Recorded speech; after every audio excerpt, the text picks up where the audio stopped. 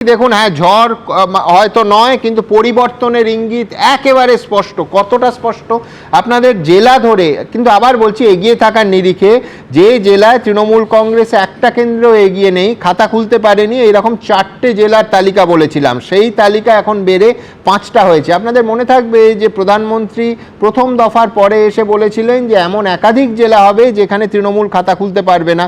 আবার বলছি এগিয়ে থাকার নিরিখে ঝাড়গ্রাম, আলিপুরদুয়ার, পশ্চিম মেদিনীপুর, জলপাইগুড়ি যোগ হলো পূর্ব মেদিনীপুর, 5টা জেলায় এই রকম পরিস্থিতি।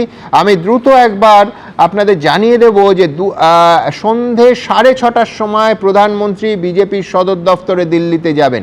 মনে থাকবেন যে বিহারের ভোট যেদিন ফলাফল ঘোষণা হলো সেদিন বলেছিলেন ওই গঙ্গা নদী দিয়েই এবার আমরা পশ্চিমবঙ্গে ঢুকবো। আজকে পশ্চিমবঙ্গে ভোটের ফল প্রকাশ। আবার বলছি এই যে সামনে গ্যাপটা ক্রমশ বাড়ছে, 121 বিজেপি এবং 87 তৃণমূল কংগ্রেস, আবার বাড়ছে। আর এক বামফ্রন্ট ফিরে এলো, তার কারণ হচ্ছে মোস্তাফিকুল রহমান সিপিএম প্রার্থী ডোমকলের 2200, মোস্তাফিজুর রহমান 2214 ভোটে এগিয়ে গেছেন। আবার কংগ্রেস 0, অন্যান্যরা 1, কিন্তু কথা হলো তফাৎটা বাড়ছে 121 এবং 87। দ্রুত একবার দেখে নেব প্রধানমন্ত্রী প্রথম দফা ভোটের পর এসে ঠিক কি বলেছিলেন। कई जिलों में टीएमसी का खाता भी नहीं खुलेगा। 4 मई के बाद बीजेपी की सरकार बनेगी, भारी बहुमत से बनेगी। पीएम सीएम एक साथे उन्नयन होबे दिने राते। আবার বলছি যে ঠিক সন্ধ্যে 6:30টায় বিজেপির সদর দফতরে যাবেন নরেন্দ্র মোদী। আর এখান থেকে কলকাতা বন্দর ফিরহাদ হাকিম 9000-এরও বেশি ভোটে এগিয়ে রয়েছেন। একটা বিষয় হচ্ছে যে আজকে বিজেপি যদি জেতে বা যেভাবে এগিয়ে আছে, এটাকে আমরা তো দুটো চলরাশি দিয়ে দেখতে পারি। একটা হচ্ছে হিন্দু কনসলিডেশন, আর একটা হচ্ছে প্রতিষ্ঠান বিরোধিতা, এবং বাংলার মানুষ তারা দায়িত্ব নিয়ে কাউকে সরাচ্ছেন যাকে পছন্দ হয়নি। সুতরাং বিজেপির দিক থেকেও যখন এটা আলোচিত হবে, বিজেপি যদি খুব বেশি করে হিন্দু কনসলিডেশনের কথা বলে, তাহলে তারা যেটা মিস করবেন সেটা হচ্ছে একটা অনাচার চলছিল বলে তারা যে প্রচারটা করেছেন, চাকরি বাকরির ক্ষেত্রে যে গোলমালটা হয়েছিল, এবং মানুষ যে তার থেকে একটা মুক্তি চেয়েছিলেন, যার প্রমাণ মালদা মুর্শিদাবাদ। চাকরি বাকরি একদিকে, আরজি শিক্ষা দুর্নীতি চূড়ান্ত, 26,000-এর চাকরি দেওয়া সব জুড়ে আছে। বিজেপির সবচেয়ে বড় নেতা, লিডার অফ অপোজিশন, হিন্দু কনসলিডেশনের কথা যখন বলছেন, শ্রমিক বাবু আছেন এখানে, তাদের কিন্তু অন্য দিকটাও বলতে হবে যে মানুষ তো উন্নয়নের রাস্তা খুঁজছে। হিন্দু কনসলিডেশন শুধু নয়, মানুষ অনাচার থেকে বেরোতে চাইছে, কর্মসংস্থান এবং বড় শিল্প।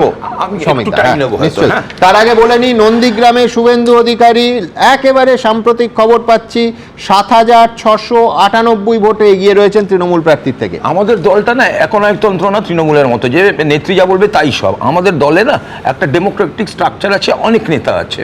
শুভেন্দুদা যখন এই হিন্দু কনসলিডেশনের কথা বলছে, শুভেন্দু অধিকারী কিন্তু আমাদের উন্নয়নের কথাও বলেছে, যেটা হয়তো আমার মনে হয় শুভময়দার মতো মানুষরা একটু বায়াস বলে ওইটাকে অতটা কনসিডার করে না, নাম্বার 1।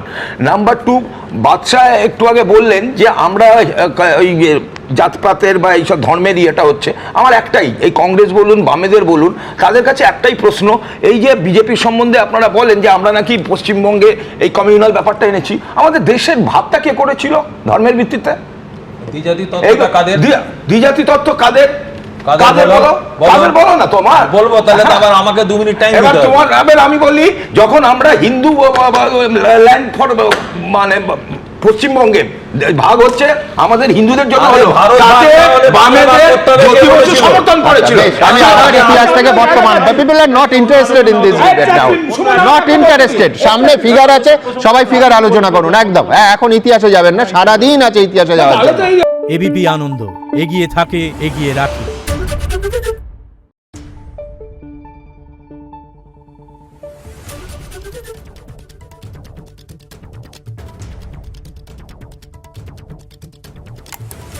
Thank you.